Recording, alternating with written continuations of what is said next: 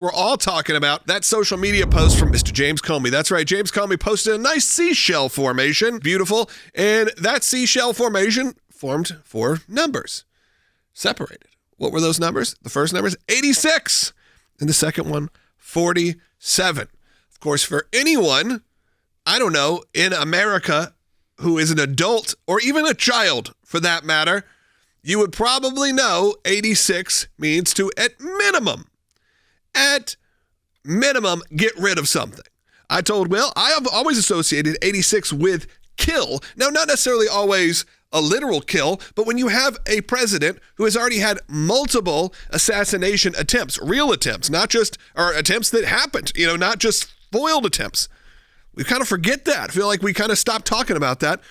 And you have someone like James Comey with such a vitriolic hate for President Trump, but also someone who probably has a lot of followers who could be, quote unquote, radicalized. It becomes a real threat. Of course, James Comey had to delete this post, apologize, said that he had no idea that that's what it meant. And then he never calls for violence. He knew exactly what that meant. A child knows what that meant. If you're the FBI director and you don't know what that meant assassination. And it says it loud and clear. What did he think it meant?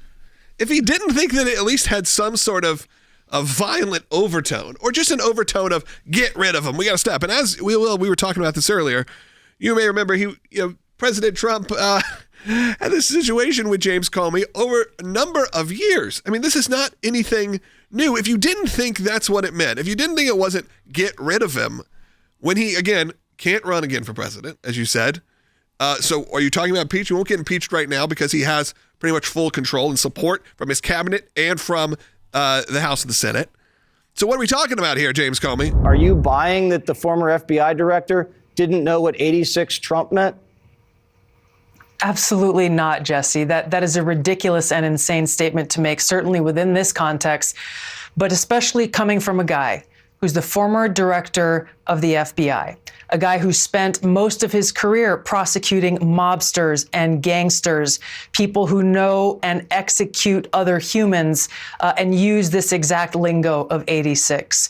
Comey himself admitted in his follow-on message that he knew that this was a political statement. Well, the only reason he knew that, Jesse, was because a little over a month ago, a bunch of anti-Trump, anti-Elon Musk protesters were proliferating the use of this 8647 slogan, which was a veiled call to action to murder the sitting president of the United States. This isn't even a new slogan against President Trump. Gretchen Whitmer had a sticker that said 8645. So they've been using this as a protest statement for a long time. And even in that context, knowing what it meant then to get rid of the president, and then 4 years after that, knowing what has happened to him while running for president again, you know that this is not a political climate where you can make these type of statements and not assume that people's bad intentions could be played out because of your speech and seeing it as a call for something. Now, I know that the Department of Homeland Security, as well as the Secret Service, are investigating this. In fact, Kash Patel tweeted that it is the jurisdiction of the Secret Service to look into this. And Kristi Noem put, disgraced former FBI Director James Comey just called for the assassination of POTUS Trump. DHS and Secret Service is investigating this threat and will respond appropriately. They are taking it seriously, and they are looking into it, and they're going to probably send some FBI agents or Secret Service agents to go interview him, much like he liked to do to the former president's team at the time. So he will get at least a little bit of an interrogation and a taste of his own medicine there. I think anyone who's making those kind of threats need to be taken seriously. You need to have those conversations. Look, if your friends are posting, I think there is that concern of going, what do you do when you have people who are again, suffering from that? I hate even using the Trump derangement syndrome statement because I think it sounds so hacky and ridiculous. But there's really no way around it. What do you want to see happen? What do you want to see happen? I don't want to take a position on it because that's going to be up to Pam and all of the great people. But I will say this, I think it's a terrible thing.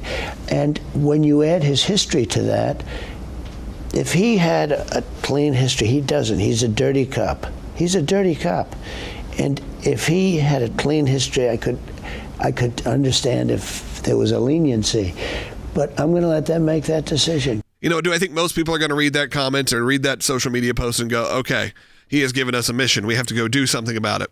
Probably not. But the problem is the dozen that may, or the 100, or the 1 that may take it a little differently, may take it a little more serious. That's what we saw happen twice over the last year. And even if you were to take this as just highly, highly irresponsible, right? Just if you were to go there, I know people in the chat and the listeners are not going to just go there, but if you were to do that, you would have to ignore that James Comey skirts the rules to accomplish his goal and has done that against President Trump many times since the beginning. We're not even at 1 year since the Trump assassination attempt. It feels like sometimes decades ago, but it happened last summer, July. Right. So we are still not even quite almost there, but a year. It should be fresh on people's minds when they are posting on social media.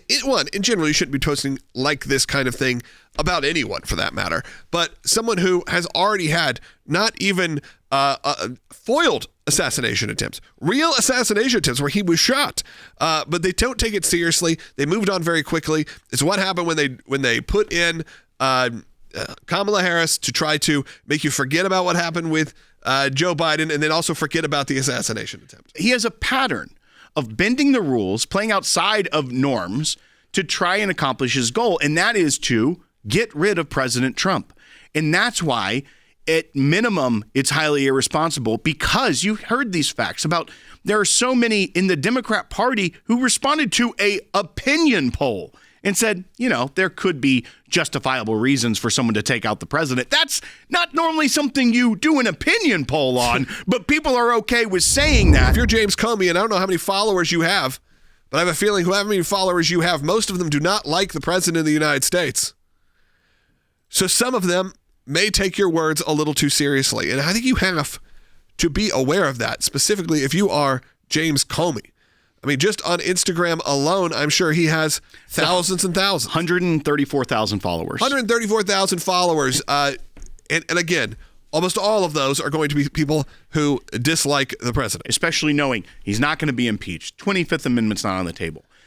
He has to have the responsibility to know that this could inflame people, as well as how conniving he has been with sending agents in when they weren't supposed to be, doing all of these things that he did, leaking to try to get a special counsel.